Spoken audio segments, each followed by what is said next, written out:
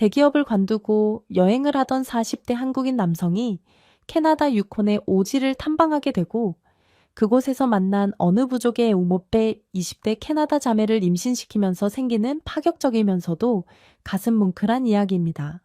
영상 시청하시기 이전에 구독과 좋아요 부탁드리겠습니다. 저희에게 큰 도움이 됩니다. 감사합니다. 박민수는 30살이 될 때까지 한국의 한 대기업에서 연구직으로 일했다. 유망한 미래가 보장된 자리였지만 어느 순간 이게 정말 내가 바라는 인생인가 하는 의문이 머릿속을 떠나지 않았다. 그토록 안정적으로 보이던 일상에 권태가 밀려왔고 기계처럼 반복되는 삶의 염증을 느꼈다. 이미 결혼도 하지 않은 채 직장에 모든 시간을 쏟아부었지만 더 늦기 전에 나만의 길을 찾아 떠나고 싶어졌다. 퇴직금과 모아둔 자금을 정리한 뒤 그는 모험심이 들끓는 대로 세계 이곳저곳을 다니기 시작했다. 처음엔 동남아나 유럽을 간단히 배낭 여행했지만 아직 목마름이 사라지지 않았다. 박민수의 진정 갈망한 것은 조금 더 극한의 환경, 인적이 드문 곳, 미지의 대지를 직접 밟으며 살아보는 것이었다. 그 결과 그의 눈길은 광활하고 혹독한 환경으로 유명한 유콘으로 향했다. 유콘이라 해도 워낙 넓고 나름대로 도시나 철로가 뻗은 곳도 많지만 박민수이 찾아본 자료에 따르면 아직도 외부와 거의 단절된 원시적 소수민족 공동체가 곳곳에 흩어져 있다 했다. 정부 통제나 자연 조건 때문에 찾아가기가 매우 어려울 뿐이라고 했다. 한편으로 그의 마음을 사로잡은 건 인간이 거의 닿지 않은 땅에 가보고 싶다는 모험가적 열망이었다. 그래서 영어와 프랑스어를 조금씩 공부했고 인터넷에서 찾을 수 있는 유콘 소규모 탐험, 여행 정보나 경험담을 참고해 출발을 결심했다. 물론 주변에서는 무모하다며 말렸다. 만약 고립되면 어떡하고 사고라도 나면 어찌할 생각이냐고. 그러나 45은 생일이 지난 그에게 두려움은 별로 없었다. 나도 내 인생 한 번이니 제대로 살아보고 싶다. 박민수는 캐나다행 비행기에 올라 밴쿠버를 경유해 화이트호스 쪽으로 이동했다. 거기서 한동안 지내며 현지 여행자나 가이드, 팜 매니아들을 만나며 정보를 수집했다. 그 결과 캐나다 북극권의 가까운 곳에도 희귀한 부족들이 있지만 거긴 접근이 더 힘들고 허가 절차가 까다롭다는 걸 알았다. 그는 그 중에서도 예전부터 소수민족이 살아왔다는 어느 오지 지대로 향하기로 결정했다. 지도에 거의 표시되지 않은 현지인조차도 거긴 분명 사람이 살긴 해도 교통이 안 좋고 정보가 없어라고 말할 정도의 곳이었다. 그렇게 현지 코디를 구해 험로를 달릴 만한 사륜구동 차량을 준비했고 식량과 방한복, 장비를 꼼꼼히 챙겼다. 프랑스어가 완벽하지 않아도 번역 앱과 필수 표현을 외워 해결 가능하리라 믿었다. 무엇보다 자신이 할 수 있는 최대한의 준비를 마쳤으니 이제 실행만 남았다. 내가 정말 이 오지에 갈 수 있을까? 쉽지 않을 것이다. 하지만 42년간 보통 사람처럼 살아온 내가 이번 한 번쯤은 위험 속에서도 모험을 즐겨보고 싶었다. 그는 화이트호스에서 북서쪽으로 수백 km를 차로 질주했다. 초반에는 포장도로였으나 점차 황량해지고 얼어붙은 듯한 풍광이 펼쳐졌다. 겨울이 다가오는 시기라 기온이 뚝 떨어지고 길은 얼음 섞인 자갈길로 변했다. 인적이 드물고 간혹 화물차나 마을 트럭 정도나 지나칠 뿐이었다. 하루 종일 달려도 목적지에 가기 어려워 도중 소도시에서 하룻밤 묵었다. 식당에서 서툰 프랑스어로 주문을 하며 나는 저 북서쪽으로 가려는데 괜찮느냐고 물었더니 가게 주인이 거긴 거의 사람이 안 산다. 무슨 일이 있나? 라고 대답했다. 박민수는 여행자다. 그쪽 오지의 문화와 풍경을 보고 싶다고 했고 주인은 맘대로 하라, 조심하라고 했다. 그렇게 이틀째 셋째 날을 맞으며 점점 더 오지로 들어갔다. 지도에도 희미하게 표시된 길을 따라가며 혹시 GPS가 잘 안 잡히면 종이 지도를 보고 감을 잡았다. 이미 생활용 연료나 식량, 방한 용품은 충분히 싣고 왔지만 예측 불가능한 사고나 날씨 변덕이 걱정됐다. 그래도 이미 출발했으니 멈출 수도 없다. 결국 해질 무렵 차가 울퉁불퉁 눈길에서 미끄러져 푹 빠지고 몇 시간을 버둥거리며 길을 겨우 찾았다. 어둠이 내려 주변이 까맣게 변했을 때 멀리 희미한 불빛이 보였다. 혹시나 하는 마음에 차를 몰았더니 다행히 작고 낡은 목조집 몇 채가 모인 조그만 촌락이 나타났다. 6채쯤 되는 듯했다. 나머지는 어둠에 가려 잘 안 보였다. 박민수는 차를 세우고 서툰 프랑스어로 안녕하세요? 혹시 묵을 곳이 있을까요? 라고 외쳤다. 한 중년 여성이 문을 열고 나와 누구야? 어디서 왔어? 라는 듯한 눈빛을 보였다. 박민수는 몇 마디 프랑스어와 번역 앱을 섞어 자신이 한국에서 온 여행자이며 하룻밤만 편히 쉬어가고 싶다고 설명했다. 여성이 긴장한 표정으로 이웃을 불렀고 곧 몇 명이 모여서 그를 바라봤다. 박민수는 친절을 기대하기 어려울까 염려했지만 다행히 마을 사람들이 낯선 이방인을 마냥 내쫓진 않았다. 중년 여성이 우린 작은 마을이야. 숙소랄 게 없지만 빈방 하나 정도는 있지. 추운 데에 들어와 보게라고 해석되는 듯한 말을 했다. 박민수는 감사하다고 연발하며 집 안으로 들어섰다. 작은 난로에서 따스한 기운이 돌았다. 캐나다식 나무 난로가 있고 벽은 낡았지만 외풍을 어느 정도 차단해 주었다. 그는 다행이라며 주인 가족에게 작은 통과 가져온 한국 과자나 음식을 나눠주며 감사 인사를 했다. 그 밤 몸은 고단했어도 마음 한편엔 안도감을 느꼈다. 다행히 오늘은 지붕 아래에서 잘 수 있군. 내일날 밝으면 다시 길을 찾아볼까. 박민수는 부글거리는 관심을 품고 이 마을을 내일 둘러보고 싶다고 생각했다. 혹시 여기에 소수민족이나 특별한 공동체가 살고 있는 걸까? 다음 날 아침 박민수는 밖으로 나왔다. 온 세상이 눈과 얼음으로 뒤덮인 듯했다. 6채 정도의 목조집이 모여있고 주변엔 잡초나 덤불이 군데군데 보였다. 사람들은 배낭이나 나무더미를 옮기거나 집 앞에서 얼어붙은 길을 치우고 있었다. 박민수는 문 앞에 나온 중년 여인에게 다시 인사를 건넸다. 이번엔 번역 앱을 켜서 좋은 아침입니다. 이 마을 이름이 뭔가요? 라고 물었다. 여인은 우린 그냥 테라라고 부르지. 지도에는 없을 거다라고 답했다. 박민수의 마을을 짧게 둘러보는 동안 한 62세 노인이 외지인이냐며 물었고 그는 한국인 관광객이라고 설명했다. 노인은 수염이 길고 잔뜩 무장한 겨울 옷차림이었다. 여긴 관광지 아니네. 웬일로라며 호기심 섞인 눈빛이었다. 박민수는 웃으며 여기 자연과 문화를 체험하고 싶다. 혹시 사람들이 허락해 주신다면 며칠만 머물 수 있을까요? 라고 했다. 노인은 어깨를 으쓱하며 사람들과 얘기해 봐야지. 어차피 이곳엔 남는 방 많으니 괜찮을 듯이라고 대답했다. 그렇게 마을 한 바퀴를 도는 동안 문득 마을 끝자락쯤에서 젊은 여성 2명이 서 있는 광경이 눈에 들어왔다. 모두 캐나다계 백인처럼 보였고 한 명은 금발머리를 비닐로 덮고 다른 한 명은 갈색 머리를 가볍게 묶었다. 둘 다 20대 초중반쯤으로 보였으며 대비되는 머리색이 인상적이었다. 이 마을에서 그나마 젊은 인물이 드물어 박민수는 반가운 마음으로 다가갔다.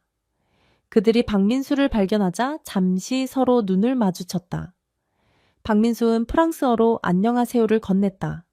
갈색머리 여성이 수줍게 웃으며 안녕하세요. 당신은 프랑스어를 조금 할 줄 아나요? 라고 묻는 듯했다.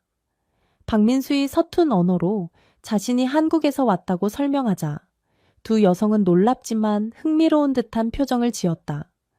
금발 여성은 묵묵히 웃었고 갈색 머리가 짧게 영어로 헬로, 투어리스트라 물었다.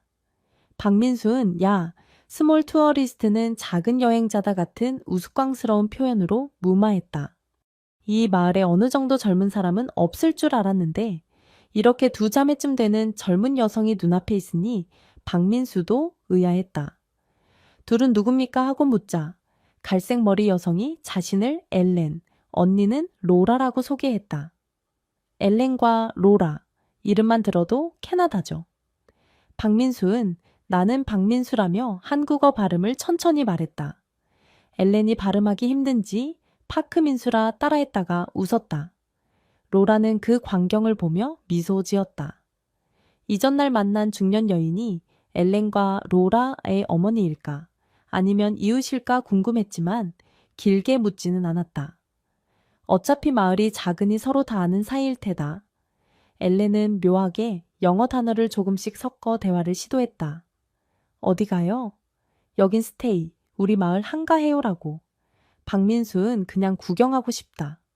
날씨도 춥고 며칠 쉰 뒤 떠날 생각이다라고 했다. 두 자매는 쑥스러워하면서도 호기심을 감추지 못했다. 언니 로라가 서툰 프랑스어로 만약 머물 거면 옆집 방이나 빈집이 있으니 사용해도 된다. 누가 허락만 하면이라며 환대의 의사를 밝혔다. 박민수는 너희 집이랑 가까운가?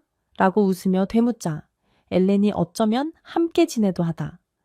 로라가 쿡 찌르며 멈췄다. 그들이 무슨 대화가 오가는지 모르겠지만 박민수의 직감하길 이 둘이 뭔가 내 대해 긍정적이구나 또는 흥미로워하고 있구나 싶었다. 이후 몇 시간 동안 박민수는 마을 어귀에 있는 대충의 지형을 살폈다.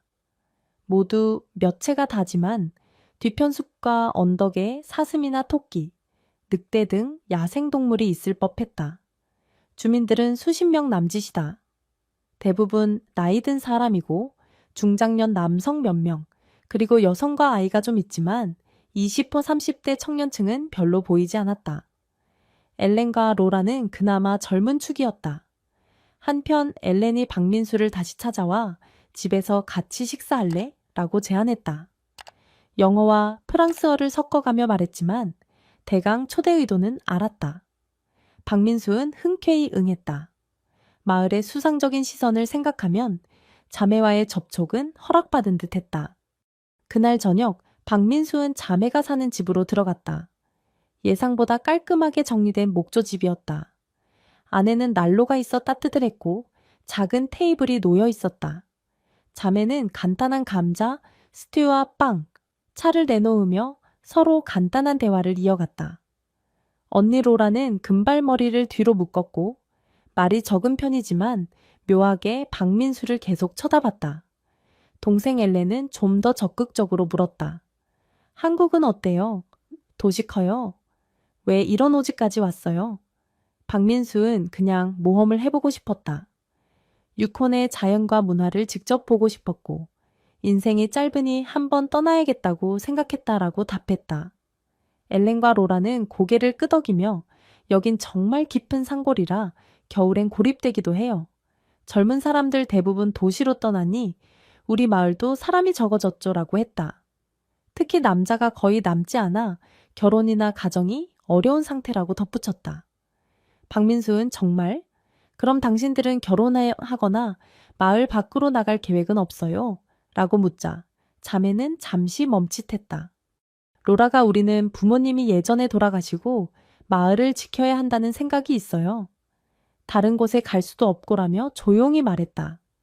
엘렌은 그래도 언젠가 도시로 가볼 수도 있긴 하겠죠. 그런데 지금 당장 자금을 마련하기도 어렵고 가서 살 길도 없어요라고 했다. 그날 밤 세 사람은 초라한 식사를 나눴지만 대화는 흥미로웠다.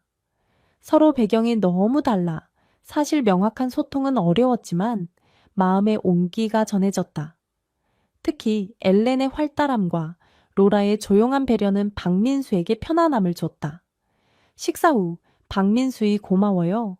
정말 맛있게 먹었어요라고 하자 자매는 민망한 듯 웃으며 별것 아니지만 잘 드셨다니 다행이라 했다. 박민수는 내일도 함께 뭔가 할 수 있으면 좋겠다. 사진 찍거나 자연 구경하거나라고 제안했다. 자매는 기뻐하며 좋아요. 내일 날씨 괜찮으면 우리 인근 숲 쪽으로 가봅시다라며 동의했다. 이어 박민수이 그럼 난 숙소로 돌아갈게요 라고 인사하려 하는데 엘렌이 약간의 눈빛을 교환하더니 굳이 돌아갈 필요 없지 않나요? 여기 빈 방이 있는데 제안했다. 박민수는 당황해 그게 괜찮아요? 내가 민폐가 아닐까라고 했지만 자매는 괜찮다고 했다. 언니로라도 고개를 끄덕였다. 이 방 쓰세요. 그러면 내일 아침도 편하잖아요. 박민수는 이상하게 느꼈다지만 자매가 이렇게 적극적이면 거절하기도 미안해 수락했다.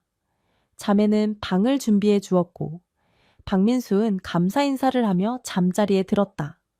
무슨 상황인지는 모르지만 인생에서 보기 드문 파격적인 사건임을 예감했다.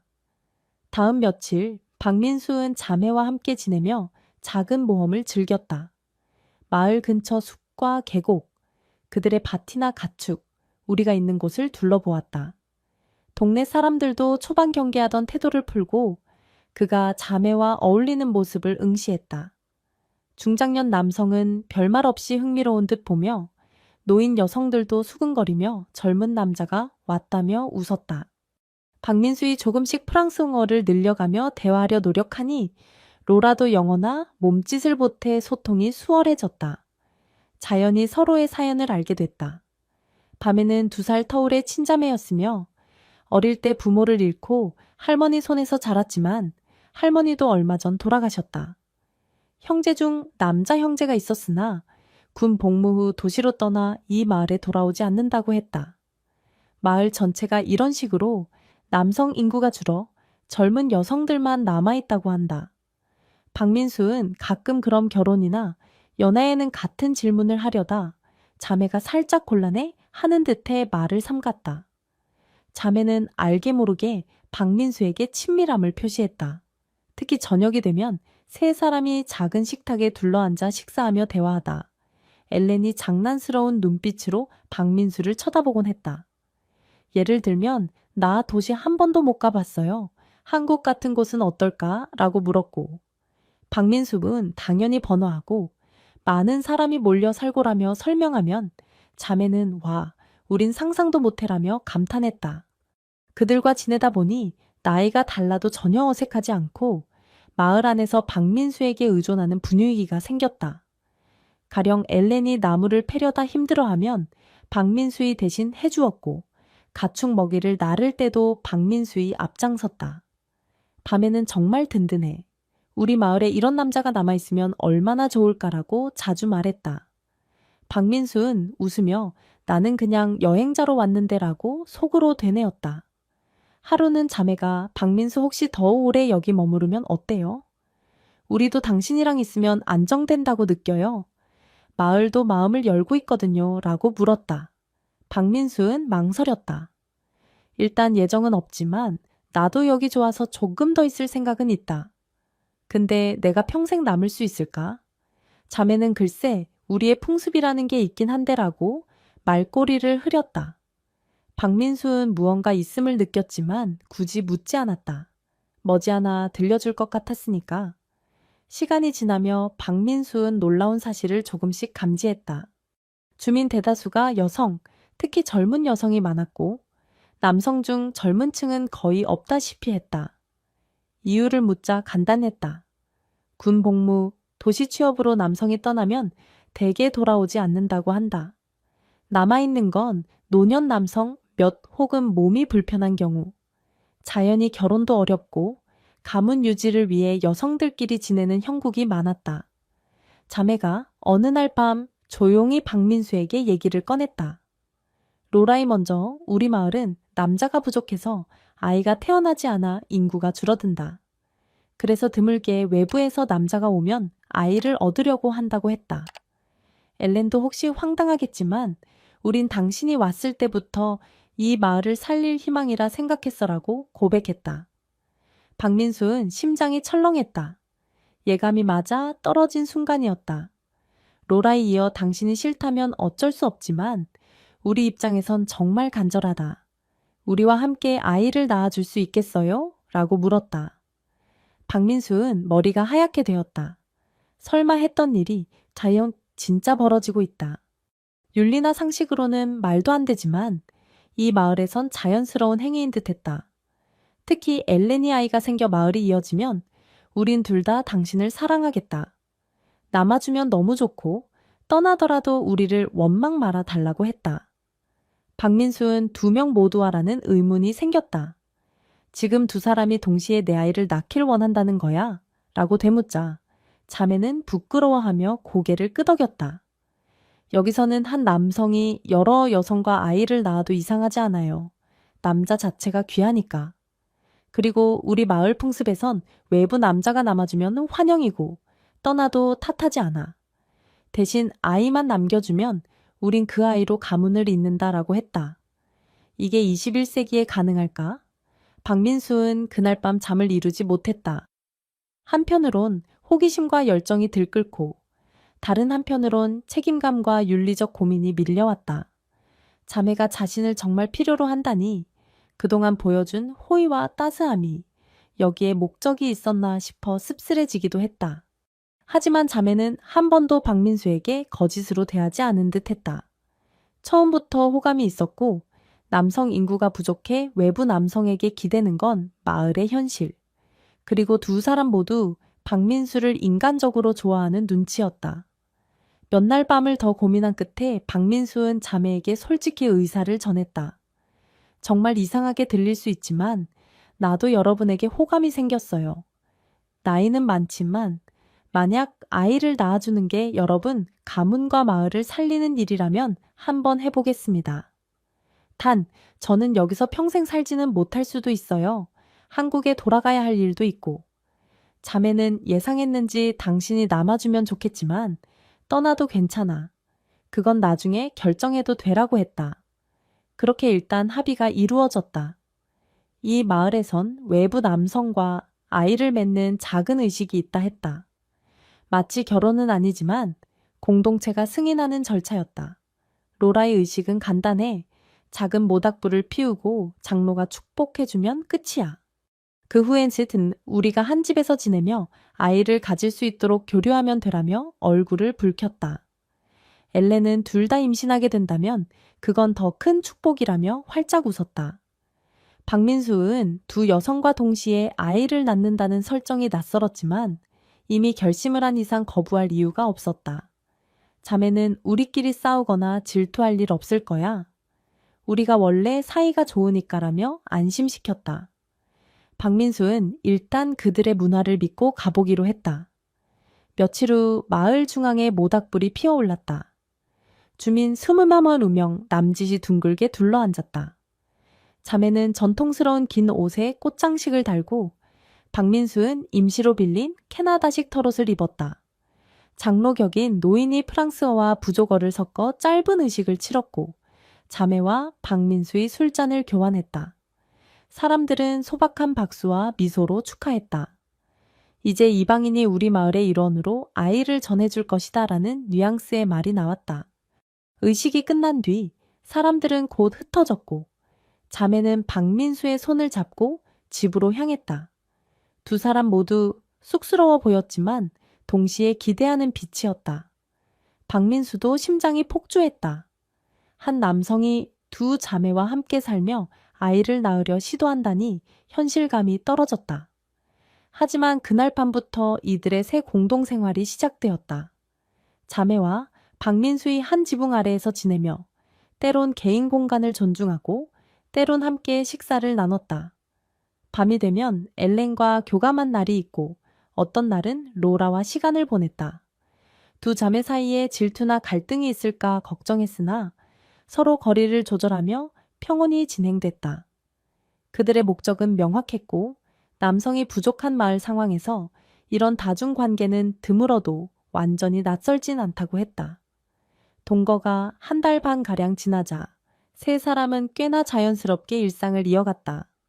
아침이면 엘렌이나 로라가 간단히 음식 준비를 하고 박민수는 물을 길어오거나 장작을 패고 낮에는 각자 마을 일을 거들고 밤이면 세 명이 둘러앉아 수다를 떨고 차를 마시고 친밀한 교감을 나눴다.